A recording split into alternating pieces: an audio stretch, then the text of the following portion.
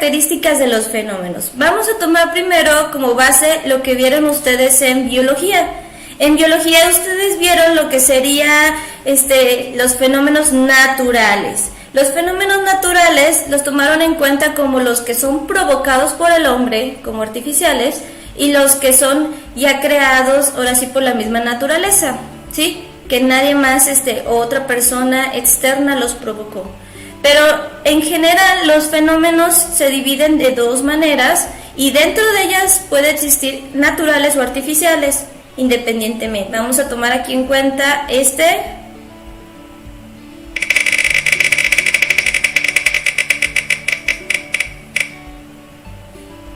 alguien del F, fenómeno.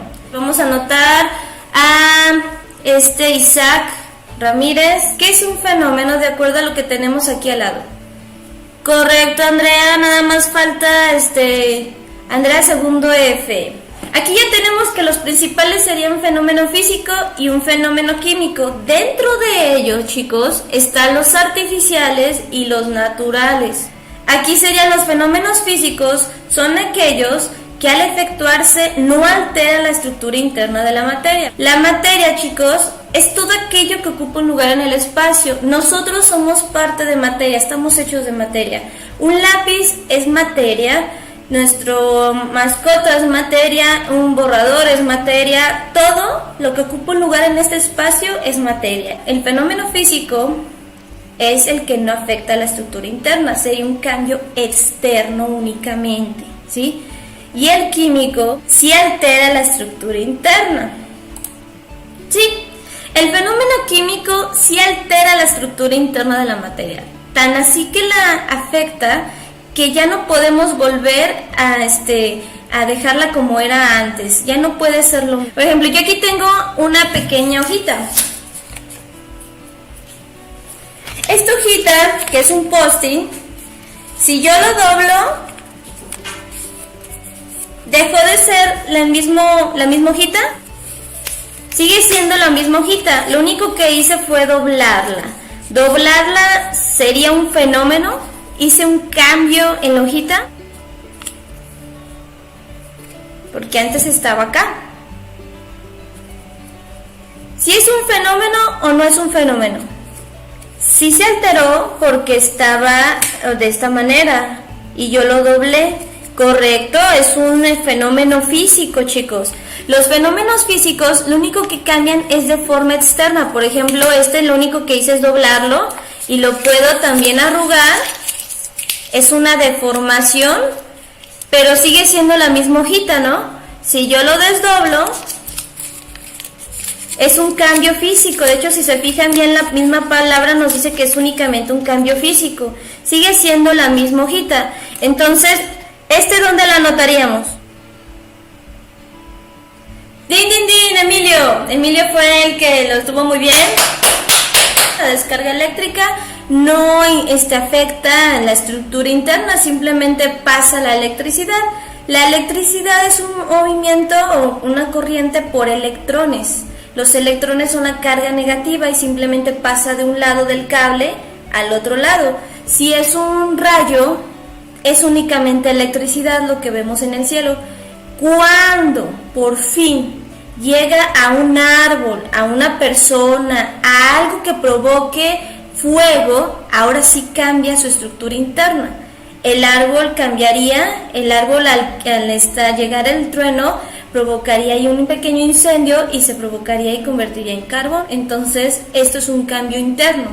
Si llega una persona al rayo, quema en la parte, todo lo que pasa siempre entra y hay un punto también de salida, quema nuestra piel, nuestra carne, por lo tanto también sería un cambio interno.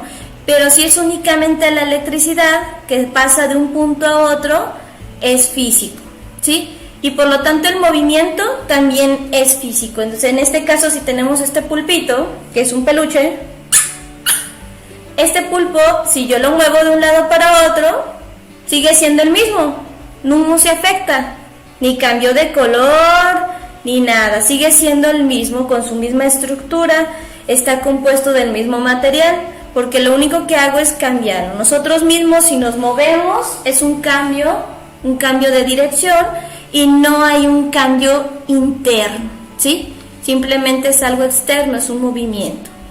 Ahora, la caída de un cuerpo, ¿quién la provoca? ¿Qué provoca que un cuerpo se caiga?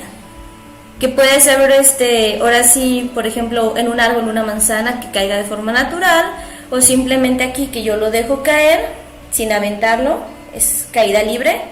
¿Lo provoca quién?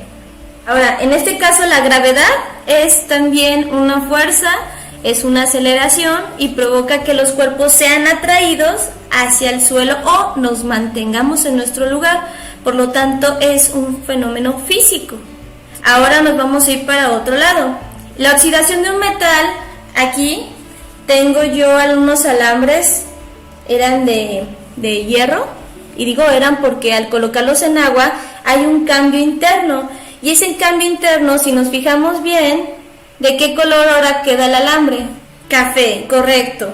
Eso hace que esas partes hasta ya no está lisito, se hace muy áspero. Si lo han llegado a sentir, por ejemplo, en las bancas, las pintan para evitar la oxidación que sea más rápida. Al pintarla cambia de forma interna, correcto Diego, y eso hace que ya no sea lo mismo. Tanto así que los alambres que están oxidados en lo que serían algunos cables eléctricos, ya no pasa la corriente, debido a que pierde propiedades. Si antes podías pasar un imán, ya no lo hace o no pasa electricidad. Por eso se tiende, por ejemplo, en las escuelas, que ya hay muchas temporadas donde no estamos, o ahorita que ya no hemos ido desde marzo, pues se tiene que estar pintando constantemente para evitar que la oxidación llegue, porque ese óxido hace que se hagan orificios y eso ya pierde completamente propiedad y también su forma. Por lo tanto, se le tiende que poner ya sea una laca o una pintura para evitar la oxidación. Es un cambio químico. Ahora, la digestión. La digestión ahí llega desde lo que empezamos a masticar. La saliva tiene ahí cierta particularidad de que ayuda a descomponer la comida. Al estar masticando, lo trituramos y la saliva ayuda a que sea más fácil digerirlo cuando llegue a nuestro estómago. En nuestro estómago tenemos ácidos gástricos que disuelven la comida, en el intestino delgado absorbe los nutrientes y lo que sea el intestino grueso va a absorber los líquidos y los nutrientes que pudo haber dejado el intestino delgado. Y ya no, lo que desechamos sería lo que no necesitamos, que es completamente diferente al inicio del sistema digestivo. Por lo tanto, es un cambio químico. Y aquí tenemos algunos trabajadores de la descomposición, que serían las lombrices, ¿sí? Tengo yo aquí en mi casa un pequeño jardín y tenemos un criadero de lombrices que ayudan a crear abono y composta. Aunque esta composta es, nos dicen algunos que las tenemos muy chiqueadas a las lombrices porque les damos manzanita, fruta, pura fruta. Eso hace humus. El humus sería el excremento de las lombrices, que es muy rico y nutritivo para las plantas. Y ya también cuando están muy grandes, lo que hago es colocarlas en alguna plantita y estos pequeños van moviendo la tierra y ayudan a que las raíces puedan crecer más fácil porque la tierra ya no está tan compacta, ¿sí? Por ejemplo, esta ya está muy bien para colocarla en una macetita. Las lombrices, a diferencia de lo que dicen que matan la planta, no lo hacen. Las lombrices lo único que comen son cosas echadas a perder o descompuestas. Por ejemplo, si la planta tiene una raíz un poquito enferma, la lombriz la comería y eso ayudaría a que no se empiece a enfermar completamente la planta, ¿sí? Aquí tenemos lombricitas.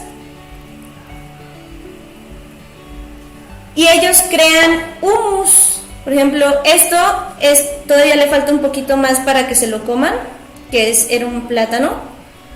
Y la cáscara va a quedar completamente solo la celulosa y todo lo demás se lo van a comer. Y la tierra que ellos dejan, que es parte del mismo excremento, es humus muy riquísimo para las plantas y así ya las plantas no necesitarían ese químico. Sí, es materia orgánica y estos les ayudan. Entonces ellos hacen un proceso químico porque ya no puede ser lo que era antes, ¿sí? Pues las lombrices como tal, pues si se mueren sí se convierten en abono, pero más bien ellos los tomaríamos como trabajadores que crean abono para las plantas y mueven la tierra al estar pasando para que la raíz pueda crecer y extenderse más. Ahora, la combustión. Aquí ya tenemos el papelito, dijimos que esto es un fenómeno físico, pero al ponerle aquí fuego, ¿qué es lo que voy a crear?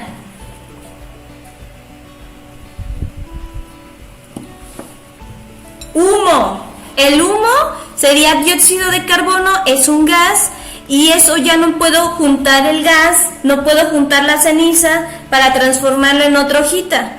Por lo tanto es un cambio interno y es químico. Y la actividad en sí es esta. Tienen que crear este mapa, copiarlos por favor. Tienen que copiar este mapa y tienen que hacer una conclusión. Tienen que explicar las diferencias entre un fenómeno y otro. ¿Cuál es la diferencia entre el físico y el químico? Y dar los ejemplos, ¿sí? Esta es la actividad. Mapa conceptual que hicimos. Anotan los ejemplos que estuvimos hablando, aparte de los que están aquí, con su conclusión por favor, y me la envían por Classroom. Recuerden anotar lo que sería nombre completo, grado y grupo por favor.